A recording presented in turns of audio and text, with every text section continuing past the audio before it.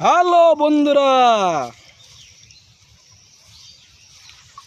আজকে গুচি রোপণ করা হচ্ছে।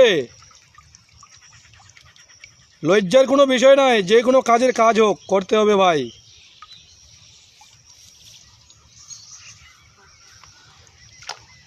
কৃষকের ছেলে হলে ধান গাড়তেই হবে, এটাই হচ্ছে মূল পেশা। বুঝতে পারলেন সবাই? যদিও কথাটি তিতো, তবুও কিন্তু মিষ্টি।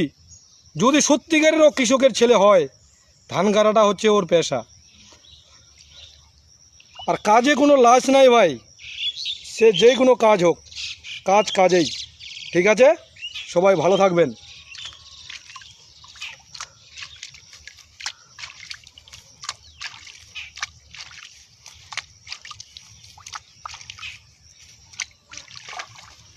আমাদের লাগে